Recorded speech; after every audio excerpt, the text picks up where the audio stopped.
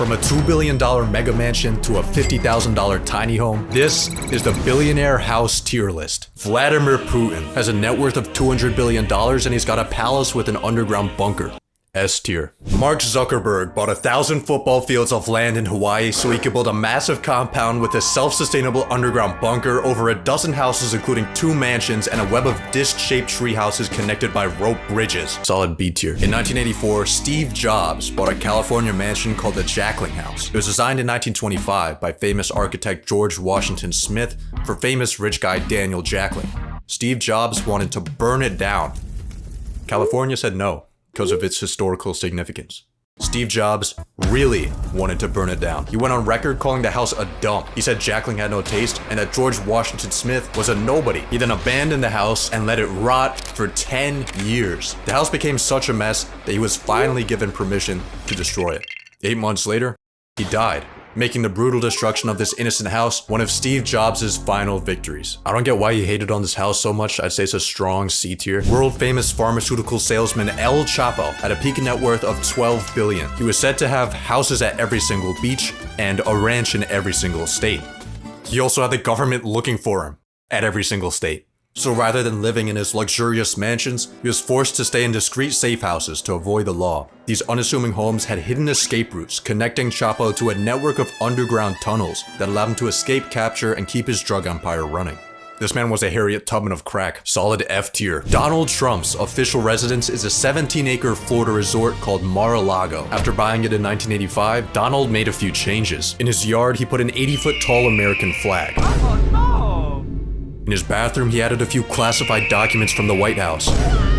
But the biggest change he made was turning the property into an exclusive club. For a $200,000 entry fee, you could become a Mar-a-Lago member and hang out with rich people, like Jeffrey Epstein. He was a member of Trump's club until 2007, when he got kicked out for hitting on a teenager.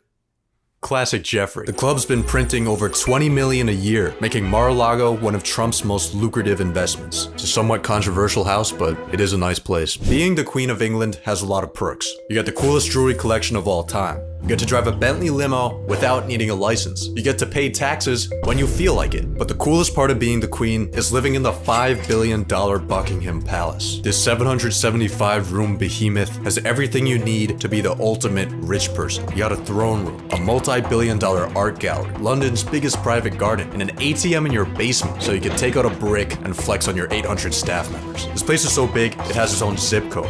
I think I'm too poor to even be looking at this house. Larry Page, the co-founder of Google, has 5 private islands. What is Larry Page doing on his 5 private islands? Nearby locals haven't noticed anything unusual except for a few helicopters. But in a 2013 conference, we may have gotten a glimpse into the answer. There's many exciting and important things you could do that you just can't do because they're illegal. But maybe we should set aside a small part of the world where we can try out some new things and figure out what is the effect on society, what's the effect on people. So in case you can't read between the lines, Larry Page is using his islands to perform human experiments on children.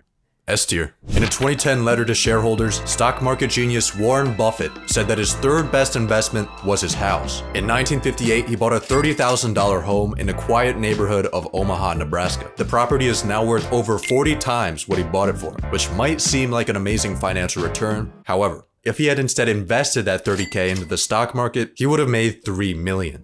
The reason Buffett considers his house such a good investment is not because of numbers, but because of the memories it brought him and his family. Mukesh Ambani, the richest man in India, dropped $2 billion on a 27-story mega mansion in the middle of the hood. Creative visionary Kanye West said this in a 2018 interview. I'm gonna be one of the biggest real estate developers of all time. I'm tired of the McMansions, all the Spanish roof homes and stuff like that. Like, that shit whack, bro. Like, everybody house whack. It's trash.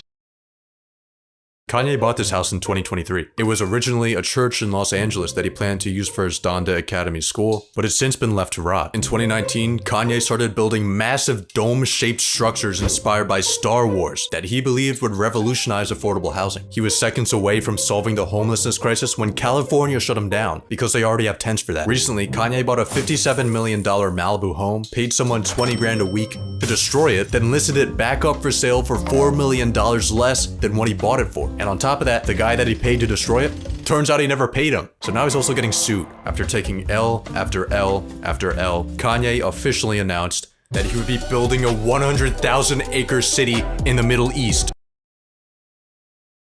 Jack Ma, the founder of Alibaba, bought a $191 million mansion on the tallest hill on Hong Kong Island. It offers a beautiful view of the world's most unaffordable city. However, Mr. Ma might not be able to appreciate this view any longer, because in late 2020 at an economic conference, he made the grave mistake of criticizing the Chinese government. Jack Ma isn't dead, by the way. He ended up reappearing in China a few months later. Hopefully Supreme Leader Xi Jinping let him keep his cool house. Michael Jordan's mansion could be yours for $14,855,000. It's actually been on sale for over a decade. The main reason no one's buying it is because it's in Illinois.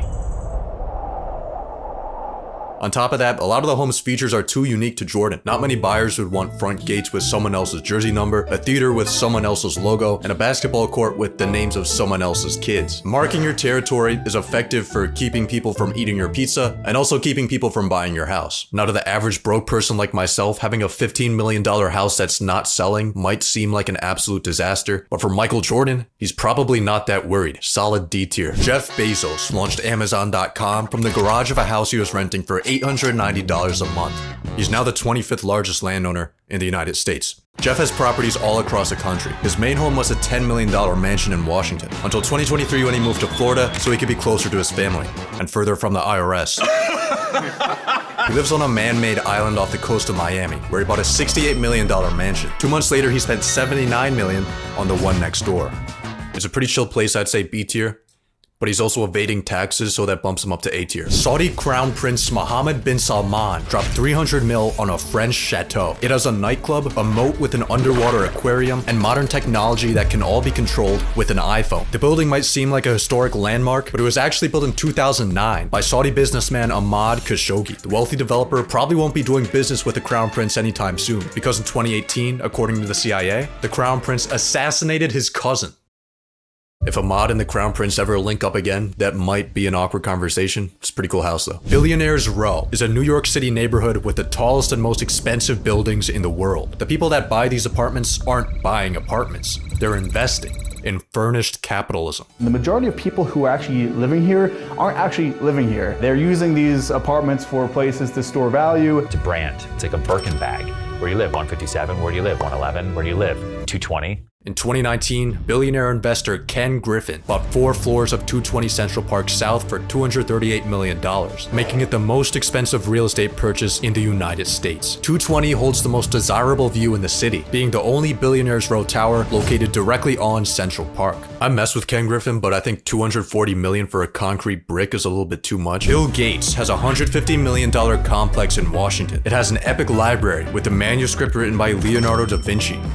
That's the only interior footage of his house on the internet, so some of the following visuals will be made with AI. AI is a brilliant tool. Bill Gates has a 60-foot indoor swimming pool. Inside of it is an underwater sound system, but that's nothing compared to his personal Lake Washington beach that has sand imported from the Caribbean. He also has a trampoline room, walls covered in screens, and his favorite tree that he monitors electronically 24 hours a day. There's some cool tech in this house, I'd say a solid B tier. In 2002, Larry Ellison, the co-founder of Oracle, got a letter from his accountant. It listed a few of his expenses, like his $25 million villa in Japan, $194 million yacht, and $200 million Japanese temple in California. Larry's net worth at the time was $23 billion, but his accountant was still concerned. I'm worried, Larry. It's imperative that we start to budget and plan. New purchases should be kept. Oracle CEO and billionaire Larry Ellison has just made a rather large investment or purchase. He's just bought the island of Lanai. S tier. Kim Kardashian bought a $20 million home in 2014 with her then husband Kanye West. They spent 3 years transforming it into what they described as a minimal monastery and what others described as an expensive psych ward. This house is a really cool art project. Now you're in the middle of this strange time where you're selling your houses. You say you don't want any material possessions, and I'm slightly sad about it, actually. well, if you're sad about it, why are you doing it?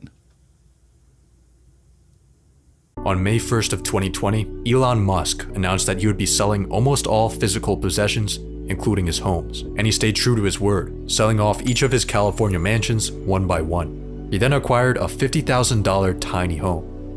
I think possessions kind of weigh you down. Then they're kind of an attack vector. People say, "Hey, billionaire, you got all this stuff." Like, well, now I don't have stuff. Now what are you gonna do?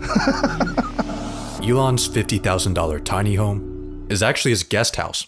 His main home is a South Texas rental property. It's technically only worth 45 grand, but he also spent 200,000 building an 8-foot fence around it and covering it with security cameras. Elon says he got rid of his stuff when he sold off his $100 million real estate portfolio, but considering that only accounts for 0.05% of his wealth, he still has a lot of stuff after all.